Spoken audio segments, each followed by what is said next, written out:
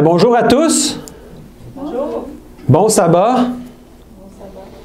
On est heureux d'être ensemble aujourd'hui pour avoir ce partage des Saintes Écritures, de la parole de Dieu. Et le titre aujourd'hui, c'est « Êtes-vous prêts pour les noces du Fils de Dieu? » Êtes-vous prêts pour les noces du Fils de Dieu? Saviez-vous que Dieu vous invite à des noces? Je vois des sourires. Quand on est invité à des noces, c'est quelque chose de réjouissant. Hein? C'est pas une mauvaise nouvelle, en tout cas. Avez-vous déjà été invité à des noces? On est toujours heureux quand il y a des noces. Il y a souvent une belle tablée, peut-être pas aussi grande que ça. Hein? Ça ici, ça représente, si on veut, et on ne peut pas représenter vraiment comment ça va être, le festin des noces au ciel avec Jésus. Mais ça va sûrement être une grande tablée. En fait, je ne sais même pas s'il va y avoir une table, mais il va y avoir sûrement de la nourriture, hein, parce qu'on va être encore avec un corps, bien qu'il va être glorieux, on va avoir encore besoin de manger. Ça va être les noces du Fils unique de Dieu. On appelle ça aussi les noces de l'agneau. Jésus est comparé à un agneau. L'agneau de Dieu, hein, qui ôte les péchés du monde. Et ce sont les noces de l'agneau.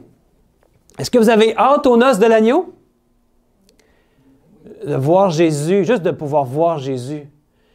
Mais il va y avoir sûrement une grande file d'attente pour voir Jésus.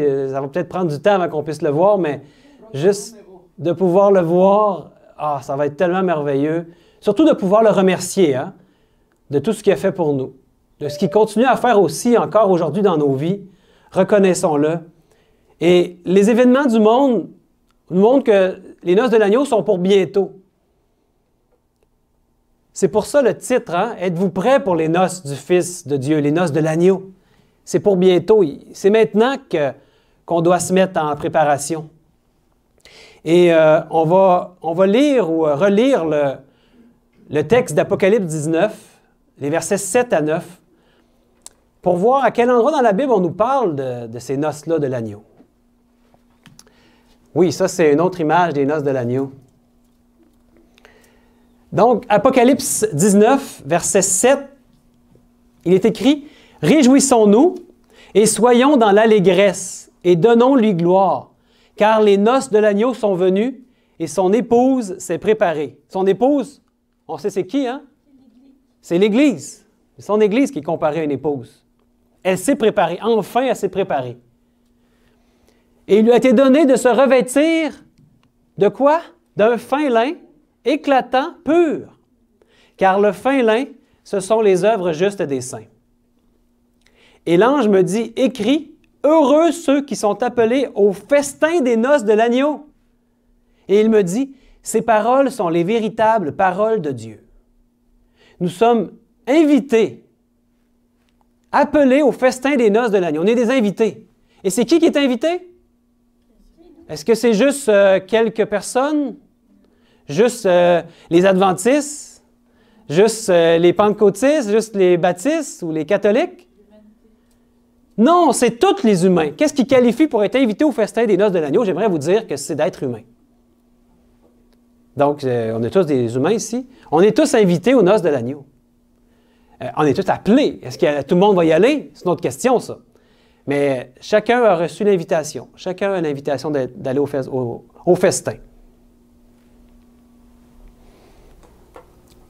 Et quand il y a des noces, est-ce qu'il y a une préparation qu'on fait? Quand vous êtes invité, vous avez dit oui, vous avez été invité à des noces déjà. Est-ce que vous y allez habillé comme ça à des noces? Non. En jeans? Avec un petit T-shirt? Des beaux espadrilles? Ou est-ce que vous vous habillez comme ça pour aller à des noces? Peut-être pas, hein? Ça serait pas, je pense pas que ce serait l'habit que vous choisiriez en premier pour aller à des noces. On va essayer de peut-être s'habiller avec une belle robe, un tuxedo. On va se mettre nos plus beaux habits si on va à des noces, n'est-ce pas? Et pour les noces de l'agneau,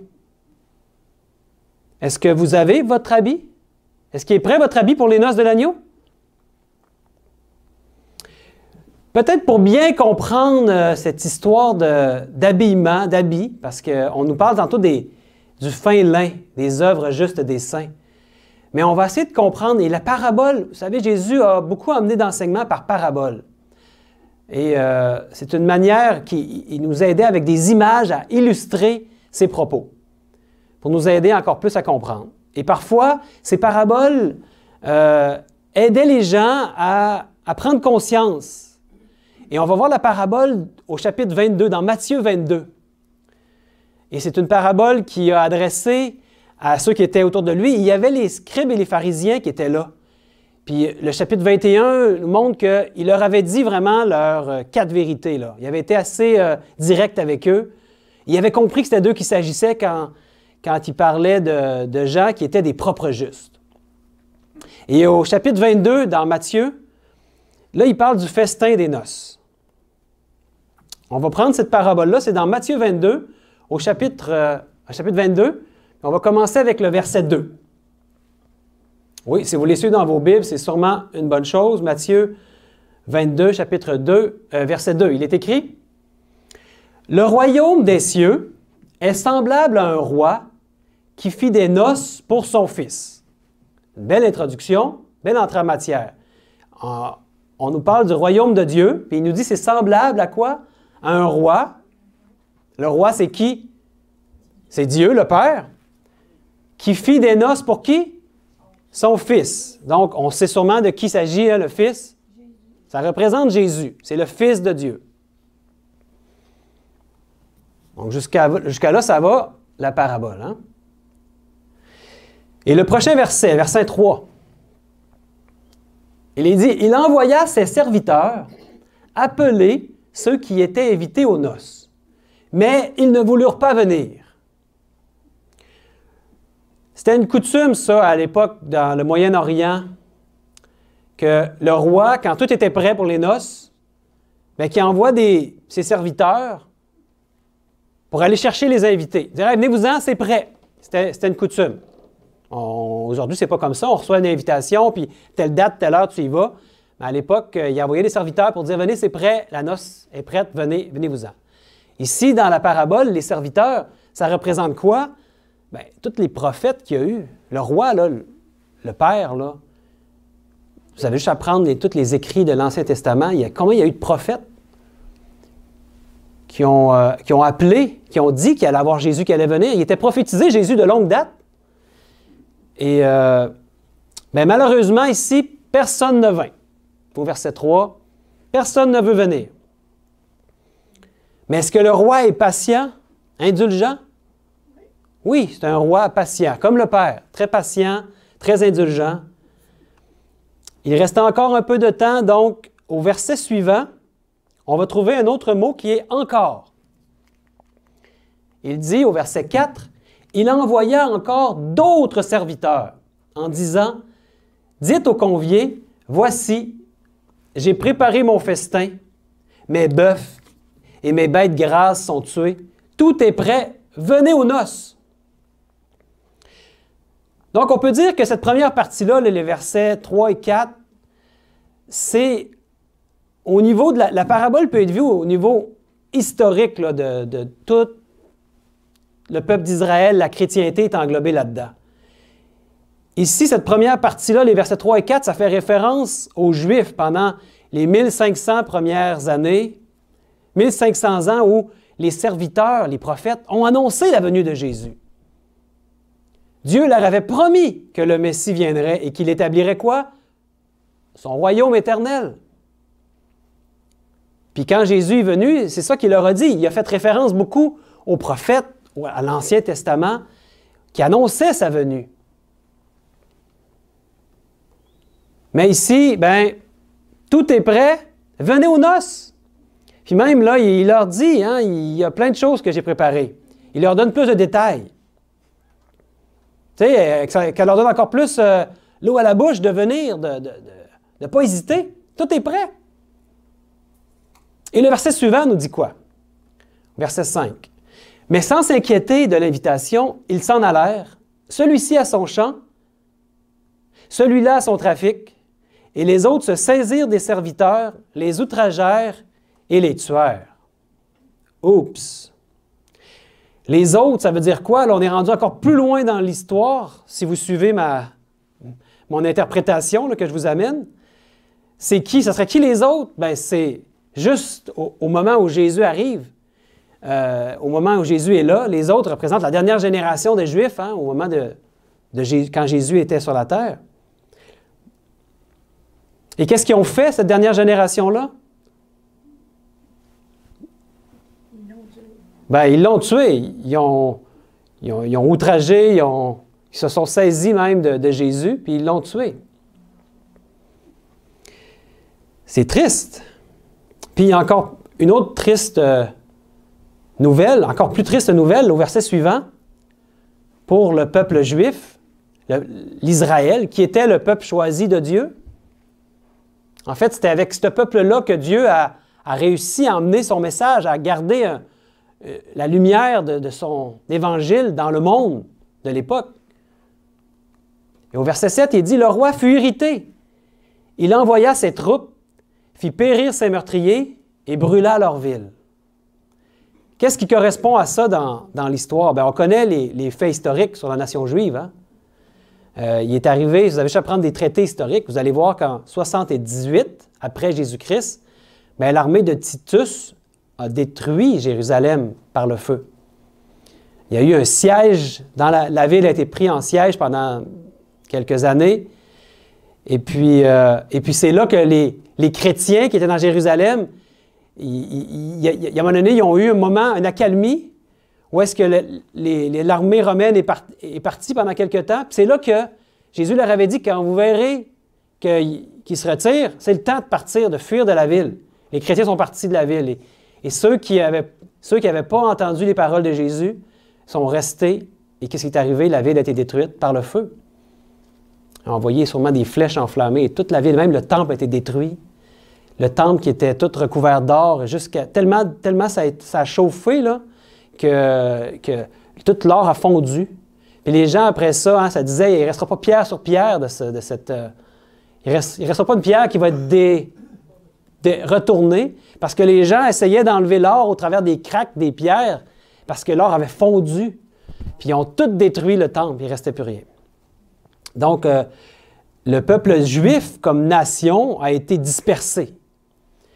C'était un symbole très fort. Ici, la parabole que Jésus nous amène dans Matthieu 22 nous parle de ça. Comme nation, ils ont cessé d'être le peuple de Dieu. Comme individu, il n'y a aucun problème, là. On parle ici en tant que peuple, en tant que nation. Comme individu, il n'est jamais trop tard tant qu'on n'est pas mort, comme être humain. Moi, j'ai un ami qui est juif et je lui parle de Jésus à chaque fois qu'on se voit. Puis il me pose des questions. Il s'est rendu qu'il m'appelle pour me parler de ça. Je me dis, ouais, je pense qu'il va y avoir des Juifs qui vont se confier en Jésus aussi, qui vont devenir chrétiens. Mais en tant que nation, il y a eu un jugement sur eux. En fait, quand les Juifs ont eu ce jugement-là, puis que le roi a été irrité contre eux, bien, c'est pas que Dieu les a rejetés. En quelque sorte, c'est eux qui ont rejeté le Messie, qui n'en ont pas voulu. Ils ont été évités, même 2 fois plutôt qu'une. Hein? Puis là, la parabole nous parle de 2 fois, mais je suis certain que en tant que nation, en tant que aussi les individus qui étaient là, les scribes, les pharisiens, ils ont été évités dans leur esprit sûrement des centaines de fois. Ils voyaient les paroles de Jésus, mais ils en étaient jaloux plutôt que d'arrêter de résister. Ils étaient jaloux, oui. Ils connaissaient le texte, c'était leur droit. Par contre, s'ils voulaient exact. la ville et contrôler le peuple. Ah oui, là, ils perdaient le contrôle. L'orgueil, parce qu'ils connaissaient les textes parfaitement. L'orgueil, voilà, l'orgueil, la propre justice. Puis ils ont rejeté le Messie par l'endurcissement de leur cœur. Cependant, est-ce que ça a annulé les noces, ça? Les noces de l'agneau qu'on parle. Ils n'ont pas été annulés pour autant. La deuxième partie du texte, on va dire, de cette parabole-là, on va le voir dans les versets 8 à 10. Donc, il nous est dit que le roi va envoyer encore des serviteurs. Alors, il dit à ses serviteurs, au verset 8, « Les noces sont prêtes, mais les conviés n'en étaient pas dignes. » Ils n'en étaient pas dignes. En fait, c'est que délibérément, de façon persistante et constante, ils ont répondu, « Nous ne voulons pas de ton invitation. On ne veut pas aller à ta fête. On ne veut pas le don que tu nous donnes. » Le don, en fait, c'était Jésus, c'était son Fils unique. Ils n'en voulaient pas. Donc, ils se sont rendus indignes eux-mêmes par leur rejet. Dieu est en train de constater qu'il n'était pas digne. Ce n'est pas parce que c'est lui, Dieu, qui a fait quelque chose. Hein? Le problème n'est pas du côté de Dieu. Le problème est du côté des humains. À l'époque, ils n'ont pas voulu de Jésus.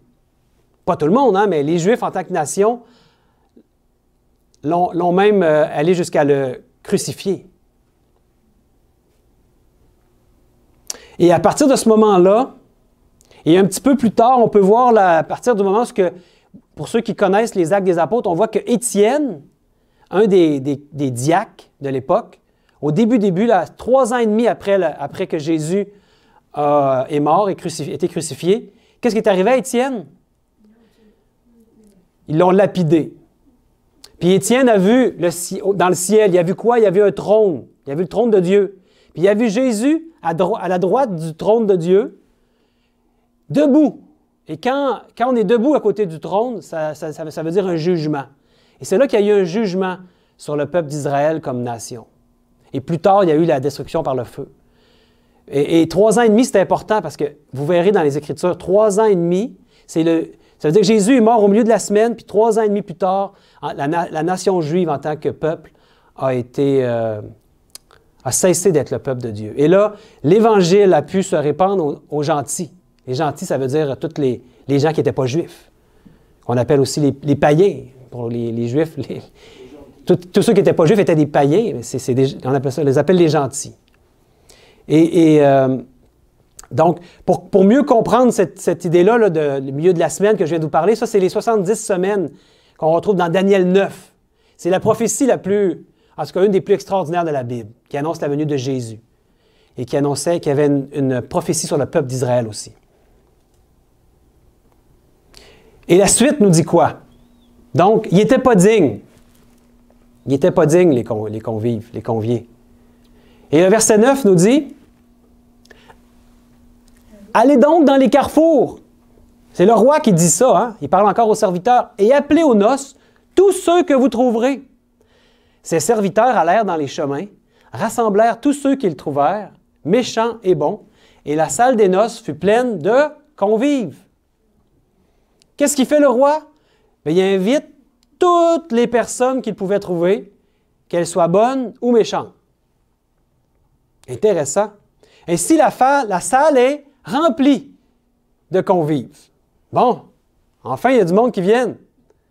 Il n'y en avait pas là qui venait, puis là, ben, il invite tout le monde. Venez, entrez.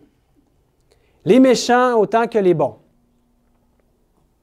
Le roi, il ne fait pas de distinction entre les deux catégories, méchants et bons. Alors, qu'est-ce qu'il fait? Il prépare un vêtement de noces pour tous. Il n'y a pas de distinction. On est tous êtres humains. On mérite tous la mort, en fait, parce qu'on est tous pécheurs. Le salaire du péché, c'est la mort.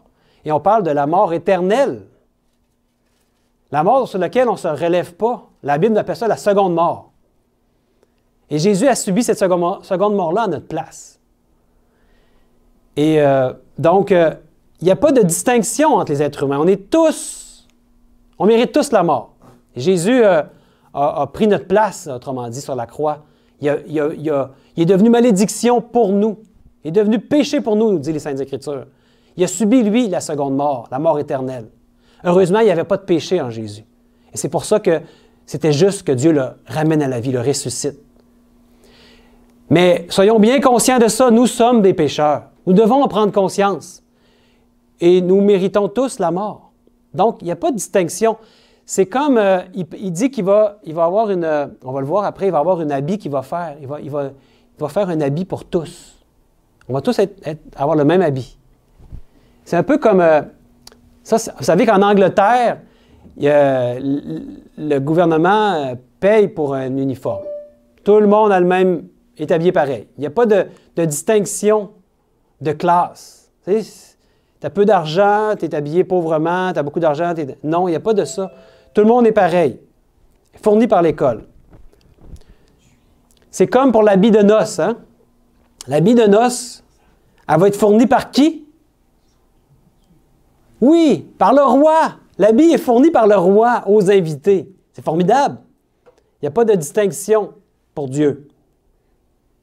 Lorsque nous nous tenons devant Dieu, il n'y a aucune distinction indiquant notre provenance. Pour les Israélites, eux autres, ils disaient que est-ce qu'il peut sortir quelque chose de bon de quelle ville qui parlait? De Nazareth. Est-ce que Jésus venait de Nazareth? Puis pour eux, il y avait des préjugés. Pour eux, il n'y avait rien qui sortait de bon de Nazareth. C'était comme, on dit au Québec, comme un trou, hein? Comme un endroit où c'est creux, là. Hein? C'est profond. Oui.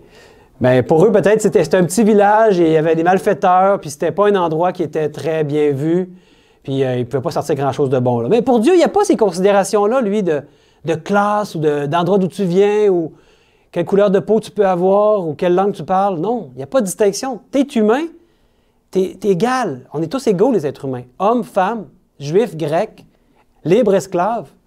Pas de différence que tu sois riche ou pauvre. Pour Dieu, il nous aime tous égal. C'est un amour inconditionnel. C'est ça l'amour agapé. Un amour inconditionnel. Qui n'aime pas l'autre selon ce qu'il y a de l'air. Nous, les humains, on fait ça. Hein? Notre amour humain. Mais pas pour Dieu. Donc, qu'est-ce que c'est la chose qui nous qualifie pour la noce? Bien, c'est le vêtement de noces. Donc, la question, c'est, avez-vous revêtu l'habit de noces? Est-ce que vous êtes prêts pour les noces du Fils unique de Dieu? C'est la grande question aujourd'hui qu'on se pose et beaucoup de gens se la posent en ces temps de la fin. Lorsque vous allez au festin de noces, le seul vêtement acceptable devant le roi, c'est celui que lui-même nous fournit. Le roi fournit lui-même l'habit de noces. Et la parabole nous parle de 3 catégories de personnes. Il y a ceux qui n'ont pas voulu venir au festin des noces. On les a vus, hein, le peuple juif n'a pas voulu, en grande majorité. Il y a eu un jugement sur eux. Et les 2 autres groupes ont réellement accepté l'invitation. C'est qui? Il parle des bons et des méchants. Tous ces 2 derniers groupes-là ont rejoint l'Église, si on veut, le peuple de Dieu. Et ils ont accepté le don de l'invitation pour le festin des noces. Mais il y a une différence. Car on lit au verset suivant, au verset 11, « Le roi entra pour voir ceux qui étaient à table, et il aperçut là un homme qui n'avait pas revêtu un habit de noces. » Cet homme accepta l'invitation, mais il vient au festin des noces, mais il n'y a pas l'habit de noces. Ça veut dire qu'il y a quel habit? Un habit qui lui plaît à lui, un habit selon sa propre convenance. Ça lui convient à lui, ça lui plaît. Il a mis cet habit-là. Alors le roi lui pose alors la question suivante, au verset 12, le verset suivant. Regardez bien ce qu'il va lui demander. Il lui dit, « Mon ami, comment es-tu entré ici sans avoir un habit de noces? » Et qu'est-ce qu'il dit l'homme? Cet homme eut la bouche fermée. Il n'y a rien à dire. Pourquoi est-ce qu'il a la bouche fermée? Est-ce qu'il pouvait dire au roi, me voici, mais les habits que tu m'as donnés, je ne les ai jamais reçus? Non, il les avait donnés à tout le monde les avait eus. Il ne peut pas dire, il n'en restait plus pour moi. Donc, il a la bouche fermée parce que l'habit, chaque être humain l'a reçu. Il peut la mettre ou ne pas la mettre. Okay. Ce n'est pas une raison de dire « j'ai pas eu l'habit » parce qu'elle est pour tout le monde. C'est pour ça qu'il a la bouche fermée ici. Il n'y a rien à dire. Il ne peut pas essayer de se défendre. Il sait qu'il avait eu l'habit, mais il ne l'a pas mis. Il a décidé de mettre son propre habit. Ayons bien en tête que le roi avait préparé pour la noce un habit de noces spécialement pour chaque invité. Chaque personne, il y avait envoyé un habit. Tu veux venir, tu viens, je t'invite, je te donne l'habit. Mais ils ont refusé de le mettre ici. Puis ceux qui ont refusé de venir avant, là, qu'on a vu tantôt, là, ben, eux aussi avaient reçu l'habit. Même affaire. Mais ils ne l'ont pas mis. Ils ont refusé de venir, eux autres. Mais si ceux qui sont venus, ceux qui font partie du groupe qui sont venus, qui n'avaient pas d'habit, bouche fermée, il n'y a rien qu'ils peuvent dire. Donc, aucune raison à ne pas porter l'habit, si ce n'est son propre refus à cet homme-là, délibéré de revêtir l'habit. Donc, la question qu'on devrait se poser, c'est, mais qu'est-ce que représente l'habit de noces? Parce qu'ici, c'est ce que la parabole nous parle. Il doit y avoir une explication à ça. Bien, dans la Bible, est-ce qu'il y a d'autres endroits qui nous parlent d'habits? Oui, beaucoup d'endroits nous parlent d'habits. On n'a pas de doute. Si on étudie la Bible, on n'a aucun doute sur ce que c'est l'habit de noces. C'est ce qu'on va voir maintenant. Parce que dans l'Ancien Testament, autant que dans le Nouveau, on nous parle de cet habit-là. Très clair. Et on va voir clairement que l'habit de noces, ça correspond à la justice de Dieu accomplie et préparée en qui? En Jésus-Christ. La justice de Christ. Voilà l'habit. Est-ce que vous avez revêtu l'habit de noces? Est-ce que vous êtes prêts pour les noces du Fils unique de Dieu? C'est une question de revêtir la justice de Christ. Qu'est-ce que ça veut dire? J'aime bien le petit livre d'Ellen White, Les paraboles de Jésus. Je ne sais pas si vous avez déjà lu ça. Ça nous aide à mieux comprendre les paraboles. Puis dans ce livre-là, Les paraboles de Jésus, j'ai pris un extrait ici, à la page 270. Elle dit « L'habit de noces de la parabole représente le caractère pur et sans tache du disciple de Christ. Il a été donné à l'Église de se revêtir d'un fin lin éclatant, pur et sans tache ni ride ni rien de semblable. Le fin lin, disent les Écritures, ce sont quoi? Les œuvres justes des saints. C'est la justice du Christ, son caractère irréprochable qui est communiqué par la foi à tous ceux qui le reçoivent comme leur sauveur personnel. Avez-vous revêtu la justice et le caractère de Jésus-Christ? Est-ce qu'on peut produire cette robe de justice ou cet habit de justice par nous-mêmes?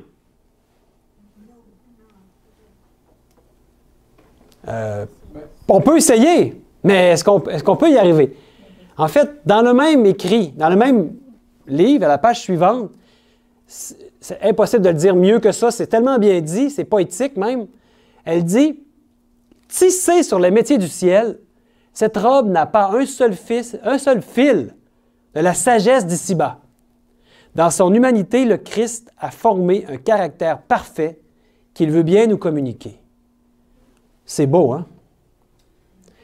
Alors, au verset 11 de la parabole, il est dit, le roi entra. On a vu ça tantôt, hein? Le roi entra.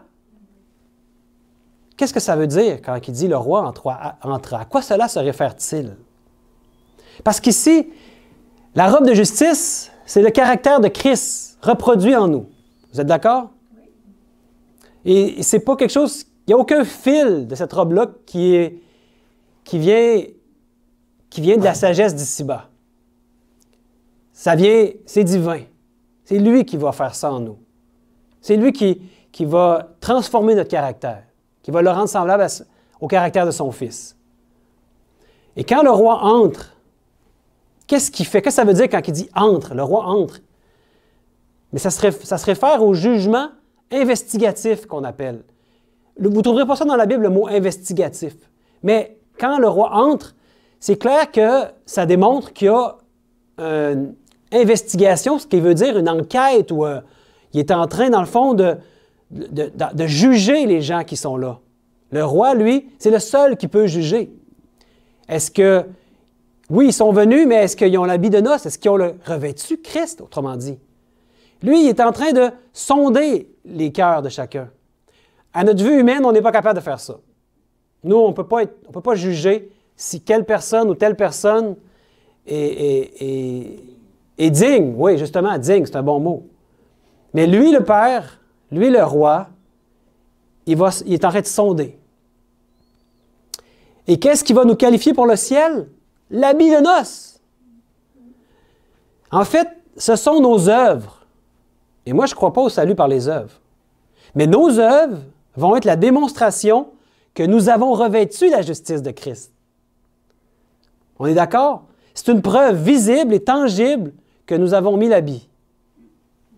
On a des parallèles. Au début de la Bible, on a Enoch marchant avec Dieu. Exactement, Enoch. Là, on a, tu te mets à marcher avec Dieu parce que Dieu t'écrit, je serai Oui. tes côtés, ton avant-garde. Oui. On a aussi la notion de porter sa croix. Très bon point. Sa croix, c'est que c'est pas porter une croix de bois qui nous a... Oui. Très bon point, Danny. En fait, Enoch, c'est intéressant parce que Enoch, il a marché 300 ans avec Dieu. Et dans le fond, qu'est-ce que Dieu est en train de préparer présentement? Un peuple d'Enoch. Un peuple, Enoch, il avait une relation tellement proche avec Dieu que, lui, Dieu a donné le prix avec lui, il n'est pas passé par la mort. Merci pour ça. Il y a des... c'est peut-être qu'il faut arrêter juste l'antenne, oui, c'est ça. Merci. Donc, deux groupes de personnes qui ont accepté l'invitation, qu'on a vu tantôt, hein, au verset 10. Des bons et des méchants. Qu'est-ce que ça veut dire? Qu'il y avait des bons et des méchants. Tout le monde était invité. En fait, toute l'humanité est invitée. Il y a des bons et des méchants. Pourtant, Jésus il dit dans Matthieu 19, « Aucun n'est bon si ce n'est Dieu. » N'est-ce pas? Est-ce que Jésus se contredit? Non, Jésus ne se contredit pas. Qui sont donc ces bonnes personnes que la parabole fait allusion, des bons et des méchants? En fait, ce sont les personnes qui ont mis leur confiance dans leur propre justice. Et là, vous avez juste à penser, dans le temps de Jésus, il y en avait des propres justes. Les pharisiens qui étaient là, les scribes, qui venaient à Jésus avec leur propre justice, très enorgueillis de leur justice. Et l'habit de noces qu'ils souhaitaient porter n'est pas la justice de Christ, mais leur propre justice. Et ils se considèrent bons à leurs propres yeux. La propre justice, voilà où se situe le problème. Ils pensent être suffisamment bons pour le ciel. Et Jésus dit quoi dans Matthieu 7? « Plusieurs me diront ce jour-là, « Seigneur, Seigneur, n'avons-nous pas prophétisé par ton nom? N'avons-nous pas chassé des démons par ton nom? Et n'avons-nous pas fait beaucoup de miracles par ton nom? Alors je leur dirai ouvertement, « Je ne vous ai jamais connus. Retirez-vous de moi, vous qui commettez l'iniquité. » Le problème, c'est que, en tout cas, si je pense aux pharisiens, à leurs yeux, ils étaient meilleurs que le peuple. On a juste à lire les Saintes Écritures, ce qui est dit d'eux. Je veux dire, ils se voyaient comme saints, eux autres. Eux autres, ils pouvaient passer pour le ciel, mais le petit peuple, là, ça allait être difficile pour eux. Mais eux, ils pouvaient se péter les bretelles, comme on dit en québécois, là, hein? Et le problème, c'est que quand on a du succès dans notre travail pour Dieu, on tend à dépendre de notre succès pour notre qualification. Comme si on était meilleur que les autres. Puis parce qu'on vient à l'Église, ou parce qu'on passe des petits pamphlets, ou parce qu'on fait des prédications, ou plus qu'on fait des choses pour Dieu, plus qu'il y a un risque que ce succès-là, ou ce travail-là qu'on fait pour Dieu, vienne qu'à penser qu'on mérite le ciel par nos œuvres. Nos œuvres ne nous amènent pas au ciel, malheureusement. Ça ne nous qualifie pas pour le ciel. Qu'est-ce qui nous qualifie pour le ciel? C'est le caractère de Jésus reproduit en nous, la justice de Christ. Et ça, c'est pas quelque chose que je peux produire par moi-même. Je peux même pas le développer à... Si Christ n'est pas là, non, ça ne va jamais se développer seul. C'est seulement le caractère de Christ reproduit en moi qui me qualifie pour le ciel, n'est-ce pas? En fait, qu'est-ce que Dieu veut? Dieu, il veut enlever nos haillons, nos vêtements souillés. Nos haillons, là, c'est comme... c'est ça, c'est des vêtements souillés. C'est nos péchés, en fait.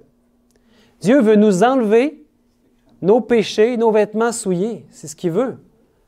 Et lorsque nous avons des succès, quand on a eu des succès par notre justice personnelle, c'est bien plus difficile de laisser Dieu nous enlever nos haillons. On se pense correct, on se pense bon. Et on a une belle preuve de ça quand on regarde dans l'Apocalypse, le chapitre 3, la dernière lettre, la dernière église. Vous savez c'est quoi son nom? Laodicée. Cette église-là, c'est la dernière époque de chrétiens avec Jésus revienne. Et Dieu n'est pas tendre hein, dans ce qu'il dit à cette église-là, l'église du temps de la fin. Il lui dit quoi? Il dit qu'elle est tiède. Et la tiédeur qui fait référence ici. Beaucoup ont pensé que c'était plein de choses. Il dit, pourvu que tu sois froid ou bouillant, mais que tu ne sois pas tiède. C'est mieux d'être froid que d'être tiède, qu'il dit. Il veut qu'on soit tous bouillants pour lui. Mais la tiédeur, dans le fond, ça représente la propre justice. J'aimerais vous amener ça à votre réflexion. La propre justice, c'est pire qu'être froid. Parce que Dieu ne peut pas atteindre ton cœur parce que tu te penses bon. Tu sais, tu te penses correct. Fait que si Dieu te dit quelque chose, non, c'est pas pour toi, ça. C'est pour les autres. Moi, je suis correct. Les pharisiens étaient comme ça. Et vous remarquerez que quand Jésus a parlé au peuple, il n'a jamais été dur avec le peuple. Les seuls avec qui il leur a parlé directement et sans détour et vraiment durement, c'est les pharisiens. Pourquoi? C'était la seule manière peut-être qu'il aurait pu atteindre leur cœur. Il leur a dit « hypocrite, race de vipères ». Il a dit « vous êtes comme des sépulcres blanchis ». C'est vraiment des paroles dures qu'il leur a dit, parce que c'était la seule manière de peut-être pouvoir toucher quelques-uns. Il y en a des pharisiens qui ont été touchés, hein? Nicodème, Joseph d'Arimathée. Mais la tiédeur, c'est ça, la Odyssée est caractérisée par sa tiédeur. On est confortable, on se pense bon, on travaille pour Dieu. On se croit riche même, mais on ne sait pas notre vraie condition de pécheur, qu'on est pauvre, misérable, aveugle et nu, nous dit la lettre à la Odyssée. Donc, de se confier dans nos propres succès, dans notre propre justice. C'est comme ça qu'il appelle certains des convives, ils se pensent bons. En fait, on est tous bons pour la géhenne. La géhenne qui est l'enfer éternel, qui est en fait quoi? La mort éternelle, la seconde mort. On est tous bons pour la seconde mort. Dans Philippiens 3, on a un exemple de ça.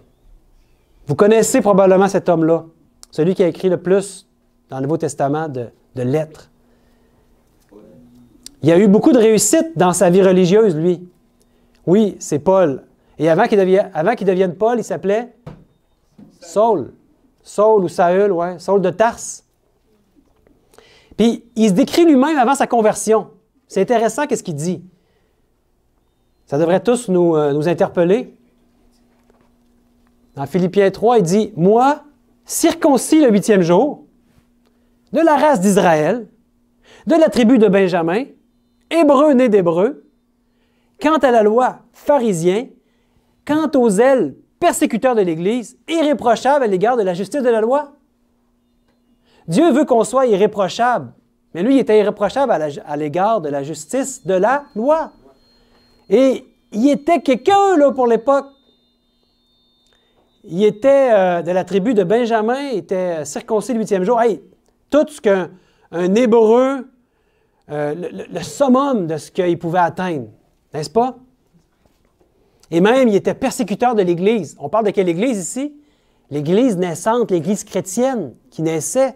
Lui, il était persécuteur. Il y avait des lettres de créance. Il avait le droit d'aller puis de détruire puis de tuer des gens. Irréprochable à l'égard de la justice de la loi. Qu'est-ce qu'avait fait Paul avant Saul de Tarse? Bien, il s'était confectionné son propre vêtement qui pensait adéquat, lui, aux yeux de Dieu. Lui, là, il était sûr qu'il faisait la volonté de Dieu, là. À ses yeux, à lui, il était bon. C'était sa propre justice. Il décrit sa propre justice ici, n'est-ce pas? Mais un jour, il a arrêté de résister. Il a arrêté de résister à l'invitation au festin des noces. Et là, on lui a offert le vêtement de Jésus-Christ. Puis, les versets suivants nous disent, 7 à 9, dans Philippiens 3, « Mais ces choses qui étaient pour moi des gains, je les ai regardées comme une perte à cause de Christ. » Donc, qu'est-ce qu'il regarde comme une perte? Tout ce qu'on a décrit avant, hein? Tout ça, à cause de Christ, il regarde ça comme une perte. Et même, je regarde toute chose comme une perte à cause de l'excellence de la connaissance de Jésus-Christ, mon Seigneur, pour lequel j'ai renoncé à tout. Et je les regarde comme de la boue, afin de gagner Christ et d'être trouvé en lui, non avec ma justice, avec mon habit, qu'on pourrait dire ici, celle qui vient de la loi, mais avec celle qui s'obtient par la foi en Christ, la justice qui vient de Dieu par la foi. À vue humaine, l'habit de Paul, est-ce qu'il était beau? Hey, pour le peuple, là, lui, c'était... hey, si lui n'allait pas au ciel, qui est-ce qui n'y allait pas? Hein? C'était Saul de Tarse. C'était tout qu'un homme. Promis un bel avenir dans l'Église, il était jeune. Il avait un beau vêtement aux yeux du monde. C'est pour ça que nous, là, à nos yeux, là, on n'est pas capable, on n'est pas Dieu, on n'est pas capable de commencer à juger puis de distinguer. La Bible nous dit qu'on peut les reconnaître à leurs fruits. Mais même là, des fois, ça peut être traître. Parce qu'on a vu tantôt, hein, ceux qui disent « Seigneur, Seigneur » n'entreront pas tous au royaume. Il y en a qui ont fait des choses en mon nom, même des miracles. Ça a l'air d'être des fruits qu'ils portent. Et Paul était prêt à abandonner son magnifique vêtement qui s'était fait lui-même afin de gagner qui? Afin de gagner Christ. Il voulait gagner Christ. Oui, Jésus-Christ. Revêtir la robe de justice de son Sauveur. Est-ce que vous avez revêtu l'habit de noces? La robe de justice de votre Sauveur? La première chose que Paul, il a fallu qu'il fasse, il a fallu qu'il reconnaisse qu'il était pécheur. Je pense que ça, c'est une bonne place où commencer. Si vous dites « Ah non, moi, je n'ai pas encore vêtu l'habit de noces et je ne vais pas mettre un fardeau sur vous, je ne veux pas vous sentir mal. » Je veux juste qu'on prenne conscience. Conscience de notre état. Il n'y a rien de bon en nous. Tout ce qui est bon vient de Dieu et il veut le mettre en nous. D'abord, son amour, sa paix, sa joie. Il veut reproduire le caractère de Jésus en nous. Et pour qu'il puisse nous revêtir de sa justice, il faut que ma justice soit mise dans la boue. Ça veut dire, à terre, là, même, on peut piler dessus, dans la boue, là. Il n'en reste plus. Non pas moi, mais Christ. Donc, est-ce qu'on porte son vêtement, le vêtement qu'il nous a donné? Ou est-ce qu'on dépend de nos actes? Si on dépend de nos actes pour être au festin de noces, est-ce qu'on va se mettre dehors? Oui, c'est ça. Si on dépend de nos actes, oui. On vit à l'époque qui correspond à la fin de cette parabole. On est rendu vraiment à la toute fin. Jésus revient bientôt. On vit les jours où le roi attend les invités. Puis là, il est en train de scruter chacun. Et il regarde ses invités. En fait, il y a une chose qu'il veut voir dans ses invités. Une chose qu'il regarde. Il ne veut pas savoir à quel point vous êtes bon. Mais il veut voir à quel point Jésus est visible en vous. Il veut voir Jésus, son Fils, en vous. Son caractère reproduit en vous. C'est ça qu'il veut voir, en fait, quand on dit qu'il scrute puis qu'il sonde. Et dans Colossiens 1, il est écrit, au verset 26 et 27, « Le mystère caché de tout temps et dans tous les âges, mais révélé maintenant à ses saints, à qui Dieu a voulu faire connaître quelle est la glorieuse richesse de ce mystère parmi les païens, savoir Christ en vous, l'espérance de la gloire. » Un mystère parmi les païens, mais c'est plus un mystère, on le sait, c'est quoi? C'est quoi? Christ en vous, l'espérance de la gloire. L'Évangile, là, on peut dire que c'est l'Évangile de Paul, mais c'est l'Évangile de Dieu. Mais Paul, dans ses écrits, nous parle constamment de ça. Christ en nous, le concept en Christ. Est-ce que Christ habite en vous, dans votre cœur? On peut dire, viens en nous, Jésus, car notre justice est un haillon, un vêtement souillé. Qu'est-ce qu'on a besoin, en fait, quand on dit qu'on a besoin de Christ en nous? Bon, on a besoin de l'Esprit de Jésus-Christ en nous. Vous êtes d'accord avec ça? Christ a marché sur cette terre. Il a eu la victoire, lui, sur toute tentation, tout péché. Et le caractère que Christ a développé pendant ces années sur la terre, c'est ce caractère-là qu'on a besoin, c'est sa justice. On n'emmène rien au ciel, hein? Quand Jésus va revenir, il va nous emmener avec lui. On n'emmène rien. La seule chose qu'on amène, en fait, oui, il y a une chose qu'on amène, c'est notre caractère. Et c'est celui qui nous a donné. Il nous en fait don de son caractère. Et on a besoin pour avoir pour que notre vie soit victorieuse comme celle de Christ, bien, on a besoin de Christ, son esprit en nous. L'esprit de Christ, moi je ne veux pas avoir un autre esprit que celui de Christ.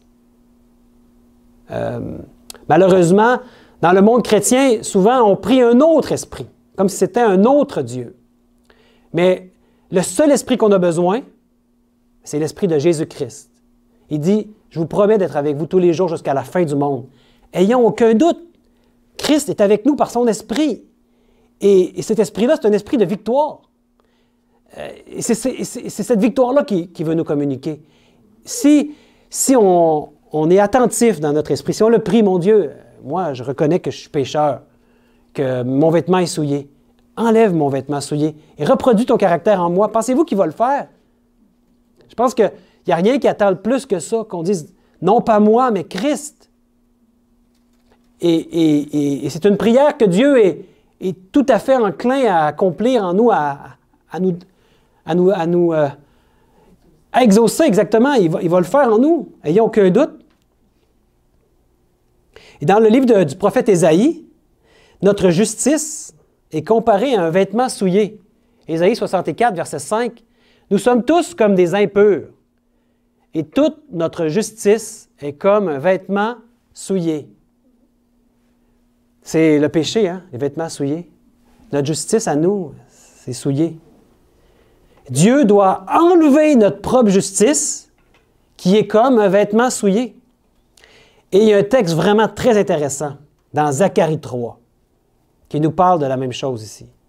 Puis on va lire un petit passage par rapport à Josué. Vous connaissez Josué dans la Bible? C'était qui, lui? C'était, oui, le successeur de Moïse, c'était le grand prêtre. Donc, en tant que grand prêtre, il représentait ici tout le peuple. Il était chef de l'armée, mais il était grand prêtre aussi. En tout cas, c'était le leader de l'époque, hein? Le leader de la nation. Il représentait tout le peuple. Il se tenait devant Dieu. Et on va voir que lui aussi était habillé de vêtements souillés, vêtements sales. C'est dans Zacharie 3, au verset 3 et 4. Or, Josué était couvert de vêtements sales, et il se tenait debout devant l'ange.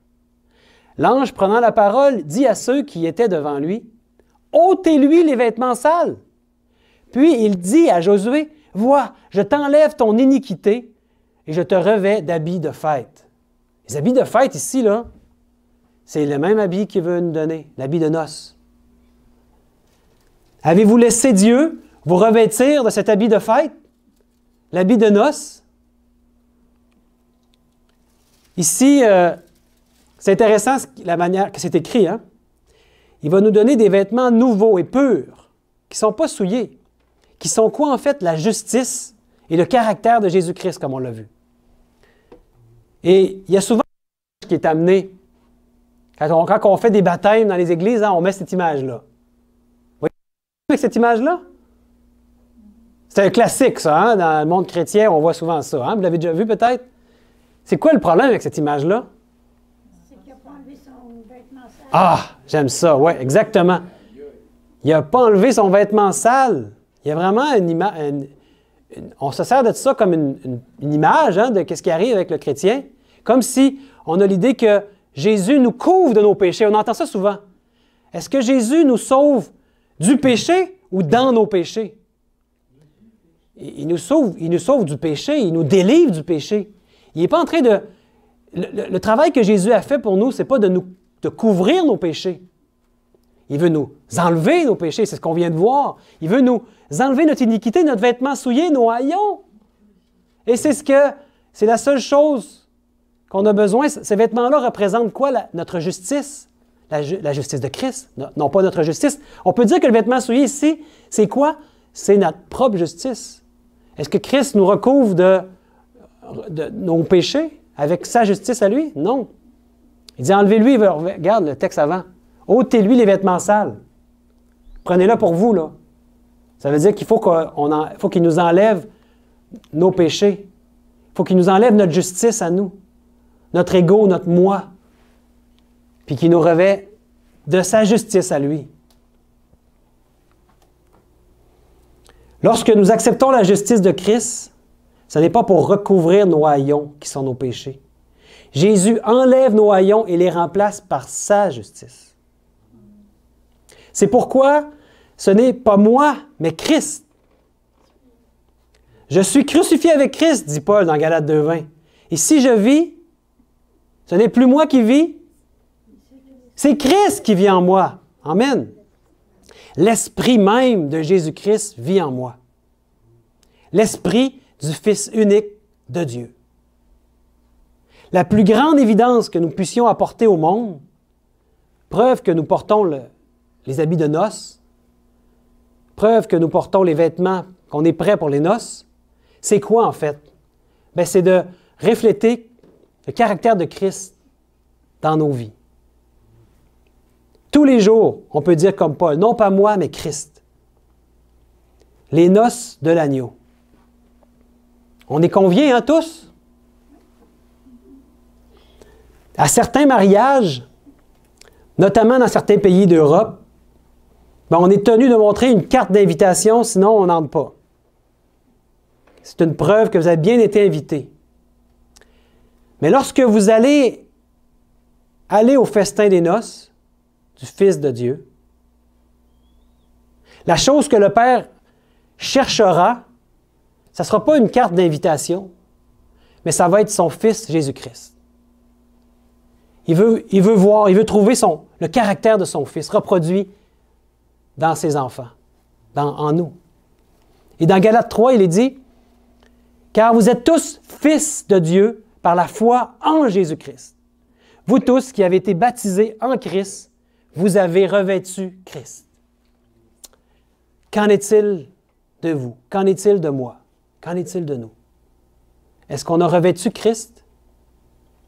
Et si vous essayez de revêtir Christ par vous-même, par vos propres bonnes œuvres, est-ce que vous allez y arriver? Non. Donc, la première chose, c'est d'abord de prendre conscience de notre état de pécheur. Puis le combat du chrétien, je vais vous le dire, il est où, là? Il est à genoux. On ne peut pas passer trop de temps à être à genoux. À prier Dieu pour que notre ego puisse mourir, en fait. Notre moi, là. Notre ego. Puis qu'on puisse, à ce moment-là, une fois que notre ego est mort, ben lui, il peut mettre le caractère de Christ en nous. Sa justice, la justice de Christ. Et le festin de noces, ben, il est pour bientôt. Mais il est encore temps de demander à Dieu. La porte de la grâce n'est pas fermée encore. Il peut nous enlever nos vêtements souillés. Demande-lui de nous purifier de tout péché. Vous savez, Dieu aime le pécheur, mais il déteste le péché, mais il aime le pécheur.